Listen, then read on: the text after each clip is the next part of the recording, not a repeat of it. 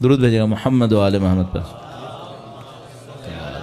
محمد آل مولوی صاحب السلام علیکم. علیکم السلام. میرا نام علی ہے، اور اسلام میں کیا ہمارے فرائض ہیں ماں باپ کے لیے بطور خاص، اور میاں کے بیوی کے لیے، اور بیوی کی میاں کے لیے؟ ماشاء آپ اللہ. پلیز. صحیح. وہ ہمارے ایک مثال دیتے ہیں، کہتے ہیں بھائی آپ ایک چھوٹے سے کمرے میں، بہت چھوٹا سا ایک کمرہ ہے، اس میں ایک دروازہ بنا ہوا ہے.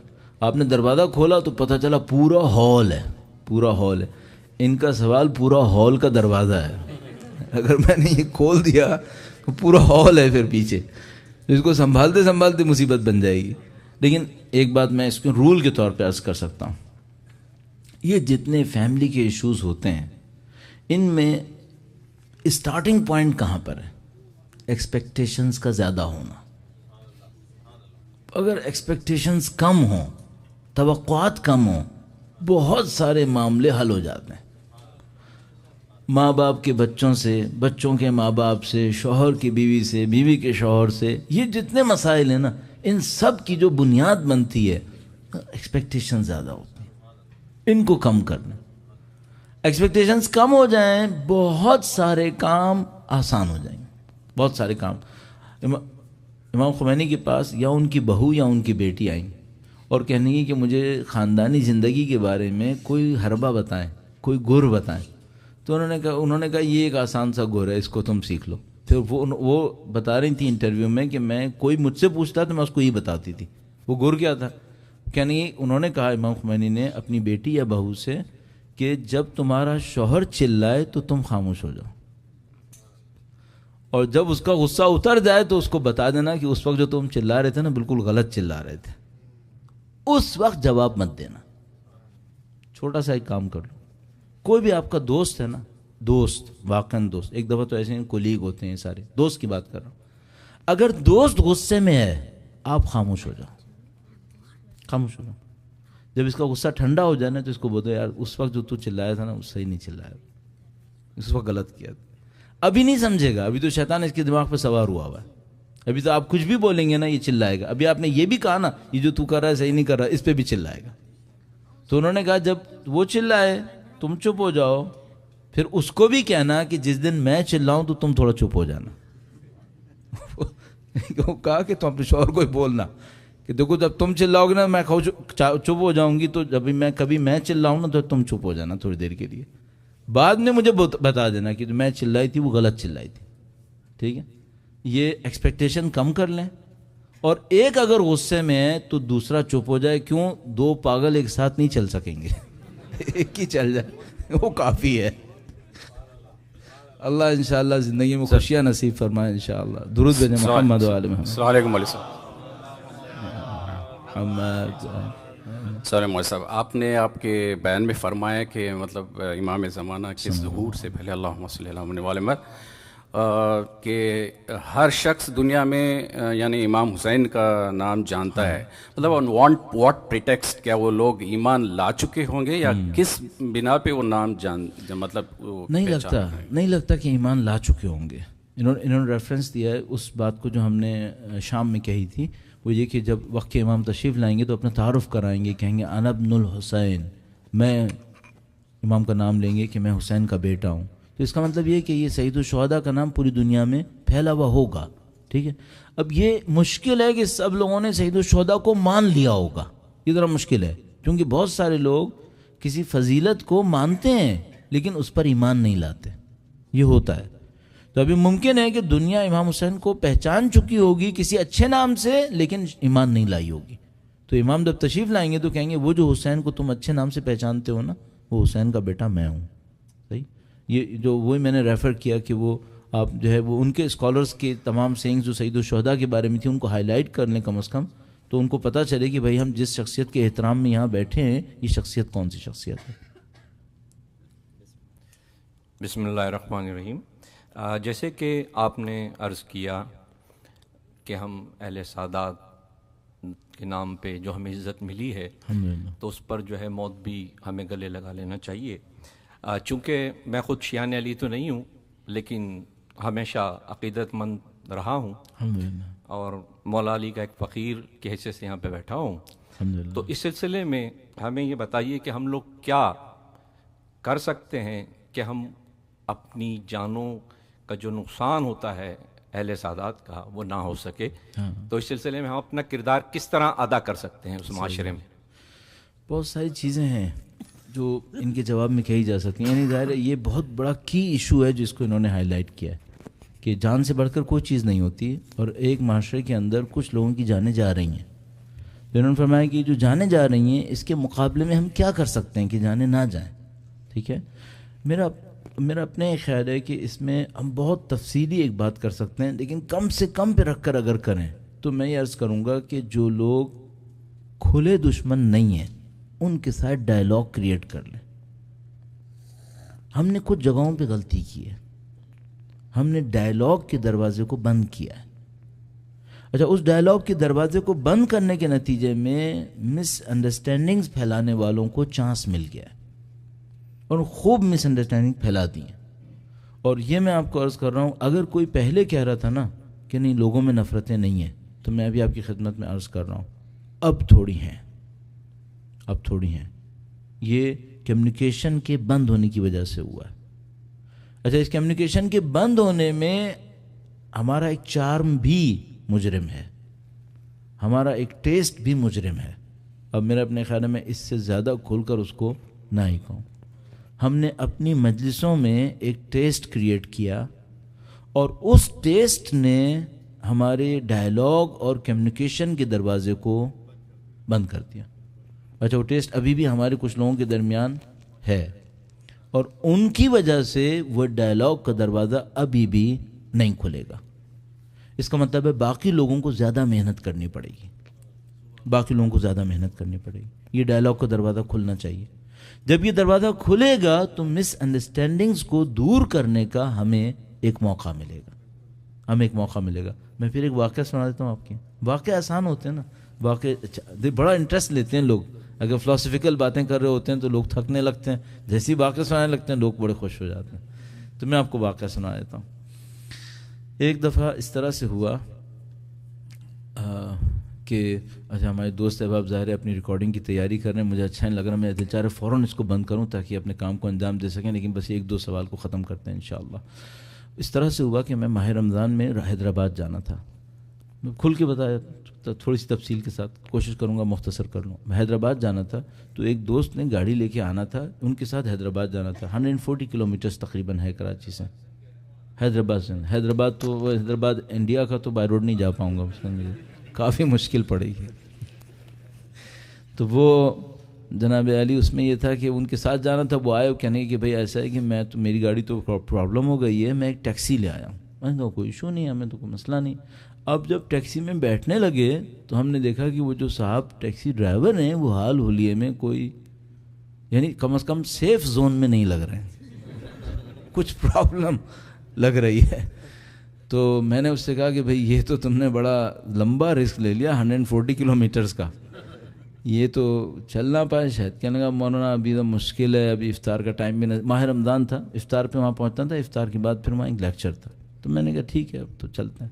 خیر ہم چلے گئے، تو راستے پر کوشش یہ کی کہ نہ وہ ہم سے بات کریں نہ ہم اس سے بات کریں گے، معاملہ ہی نہ شروع ہو۔ خیر وہ ہو گیا، کامیاب ہو گئے ہم لوگ۔ افطار پہ وہاں پہنچے، جب افطار پہ پہنچے تو اہل سنت کی اذان ہونے والی تھی، اذان ہو گئی۔ انہوں نے ان کو کہا کہ بھئی آپ پہلے افطار کریں گے یا پہلے آپ نماز پڑھیں گے؟ انہوں نے کہا میں پہلے افطار کروں گا پھر نماز پڑھوں گا۔ انہوں نے افطار کی، نماز پڑھنے کھڑے ہوئے، جتنی دیر میں وہ نماز پڑھتے اذان ہماری والی شروع ہو گئی، ہماری اذان شروع ہوئی۔ ہم نے بھی پہلے نماز پڑھی، پھر اس کے بعد ہم نے افطار کی۔ جب تک ہم افطار کرتے ہوئے افطار سے فارغ ہو چکے تھے، نماز سے فارغ ہو چکے تھے، انہوں نے کہا میں باہر جا کے بیٹھوں گا۔ کہا ٹھیک ہے آپ باہر جا کے بیٹھتے ہیں، باہر جا کے بیٹھ گئے۔ پھر ہم نے کھانا کھا لیا، افطار کر لیا۔ افطار کرنے کے بعد ہم نے لیکچر دیا، ہم نے معراج کے اوپر بات کرنی تھی، تو قرآن کریم کے ریفرنسز بھی دیے، ساری باتیں کی اس کے اندر۔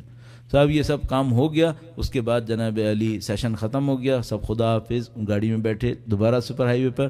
جب سپر ہائی وے پہ آئے تو اس نے مڑ کر کہا کہ آپ مولانا ہو نا؟ تو میں نے برابر والے کو ہاتھ لگا کہا کہ بیٹا آپ 100 کلومیٹر 140 کلومیٹر ہیں، آپ داستان ہو گئی۔ تو اس نے مڑ کر کہا آپ مولانا؟ میں نے کہا ہاں میں یہاں پہ آتا ہوں، درس دیتا ہوں۔ تو اس نے کہا کہ مجھے آپ سے ایک سوال پوچھنا ہے۔ میں نے کہا بسم اللہ۔ کہنے کا مجھے ایک بات بتانی ہے آپ کو۔ میں نے کہا ہاں بولو، کیا بولنا چاہتے ہیں؟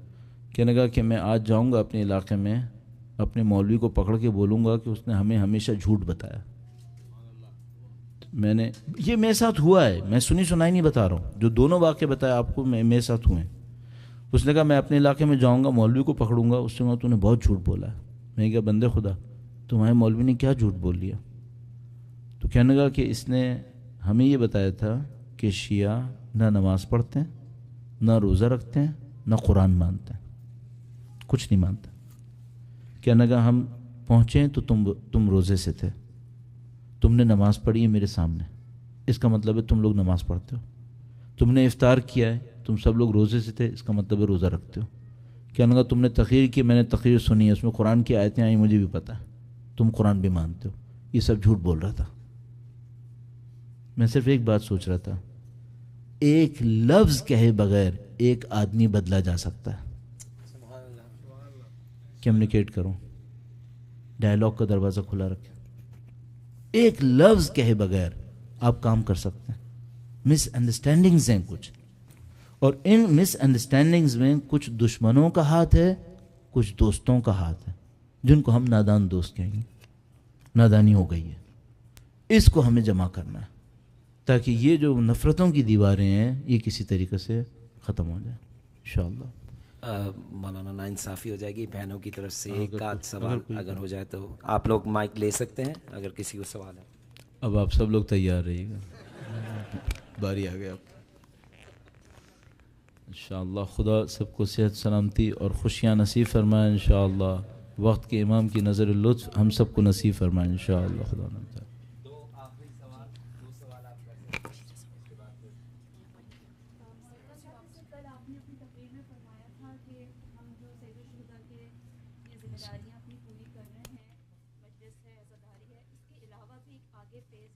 صحیح ہے, ہاں یہ بہت اچھا کوشچن ہے. وہ یہ ہے کہ ہم ایک فیز میں کامیاب ہو گئے, ہم سید الشہداء کے ذکر کو باقی رکھنے میں کامیاب ہو گئے. اگلا میسج کیا ہو سکتا ہے, اگلا فیز کیا ہو سکتا ہے؟ وہ یہ کہ ہم نے ذکر حسین باقی کیا, فکر حسین باقی ہے. ذکر حسین زندہ رہے. اس ذکر حسین کے پیچھے کیا ہے؟ ایک فکر حسین بھی ہے. اس فکر حسین پر عمل باقی ہے, وہ آپ کو اور مجھے کرنا ہے. الحمدللہ رب العالمین, ہمارے اجداد کے خون کے صدقے میں, ان کی محنتوں کے صدقے میں ہم ذکر حسین کے پرچم کو لیے کھڑے ہیں اس وقت. الحمدللہ رب العالمین. اس ذکر حسین نے ایک فکر کو پروموٹ کرنا ہے, اور اس فکر کی اس وقت دنیا میں ڈیمانڈ ہے. اس وقت دنیا کو ضرورت ہے اس فکر کی. آپ اور میں اس فکر پہ محنت کریں. اچھا وہ فکر کیا ہے؟ وہی فکر جو ہم اور آپ الفاظ میں کہہ رہے ہیں, عمل میں پیچھے رہ گئے. وہ فکر کیا ہے؟ وہ یہ کہ میں کسی ظالم کے سامنے سر نہیں جھکاؤں گا. لا اوتیکم بیدی ایتاء الذلیل ولا افر فرار العبید. سید الشہداء. ذلت کا ہاتھ اس کے ہاتھ میں نہیں دوں گا, اور نہ بندوں کی طرح فرار کروں گا. ذلت کا ہاتھ نہیں دوں گا. لا اوتیکم بیدی ایتاء الذلیل. سید الشہداء نے جو اقوال کہے ہیں, ان کو اگر آپ جمع کریں اور پڑھیں, اور اس کو اپنے دل کے اندر لے کر جائیں, اکیلے میں بیٹھ کے پڑھیں, اور اس کو سیکھیں, بار بار سیکھیں. سید الشہداء کا ایک قول ہے قیامت ڈھانے والا. فرمایا ان الدعی ابن الدعی قد رکزنی بین اثنتین السلۃ والذلہ وہیہات من الظلہ. فرمایا اس پست انسان, ولد پست حرام نے, پست انسان نے مجھے دو مشکلوں میں سے ایک کے درمیان, دو مشکلوں کے سامنے لا کے کھڑا کیا ہے. السلۃ والذلہ, یا میں ذلت لوں یا شمشیریں لوں, یا میں ذلت لوں یا شمشیر کی ضرب میری گردن کے اوپر. السلۃ والذلہ. اور اس کے بعد کیا فرمایا؟ فرمایا ہیہات من الذلہ. ذلت ہم سے کوسوں دور ہے, ہمیں ذلت نہیں آنی ہے. ہیہات من الذلہ, ہیہات من الذلہ. عزیزان محترم, بخدا عرض کر رہا ہوں, آپ کبھی, آپ کو یقین موقع ملتا ہوگا, کبھی آپ کراچی کی سڑکوں پر لوگوں کے اس نعرے کو دیکھیں. عجیب و غریب ہے. اس وقت اس قوم میں نہیں معلوم کہاں سے ایک کرنٹ آیا ہوا ہے, اس وقت ایک جذبہ آیا ہوا ہے, ہم لوگ پریشان ہیں کہ واقعی یہ جذبہ آیا کہاں سے ہے. لوگ پہچان رہے ہیں اپنے آپ کو. یہ جو سید الشہداء کا قول ہے اس کو اپنے اندر لینے کی کوشش کریں. ان الداعی ابن الداعی قد رکزنی بین اثنتین الذلۃ والذلہ وہیہات من الذلہ. میں ذلت نہیں لوں گا اور ذلت نہ لینے کی قیمت دوں گا.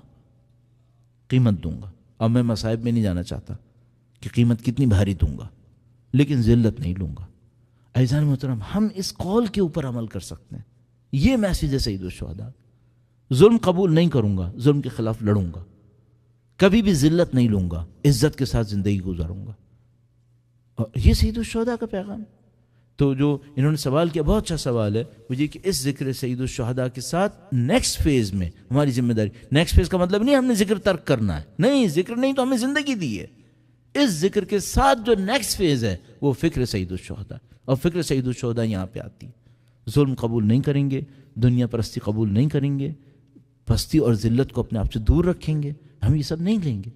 وہ جو میں نے ابھی آپ کے سامنے شام میں عرض کیا تھا, ان لم یکن لکم دین ولا تخافون المعاد فکونوا احرارا فی دنیاکم. سید الشہداء کے سارے اقوال کو جمع کر لیں, کتابیں اس کے اوپر لکھی ہوئی ہیں, اردو میں بھی کتاب موجود ہے, خطبات امام حسین نام کر کے ایک کتاب ہے, بہت نفیس کتاب موجود ہے. اس میں سے سید الشہداء کی جملات کو نکالیں. اگر میرے بس میں ہو تو میں یہ کروں گا, ان جملات کو نکال کر اپنے گھر کے اندر کہیں پہ لگاؤں اور بچوں سے کہوں بیٹا ان سب کو کبھی نہ کبھی پڑھتے رہو, لگا کے رکھو کہ یہ امام حسین کی فکر ہے, یہ امام حسین کی فکر ہے. عزیزان محترم, ہمیں پاس ایک ذمہ داری ہے. الحمدللہ رب العالمین, خدا متعال نے ہم کو اس جگہ تک لا کے رکھا, اور یہ کریٹیکل ٹائم ہے, امام کی تشریف آوری کا ٹائم. خدا نہ کرے نعوذ باللہ تعالی ہم پیچھے نہ رہ جائیں, ہم پیچھے نہ رہ جائیں کہیں, ہمیں یہ سوچنا پڑے گا. اور میرا اپنے خیال ہے آپ کی زحمت تمام کروں.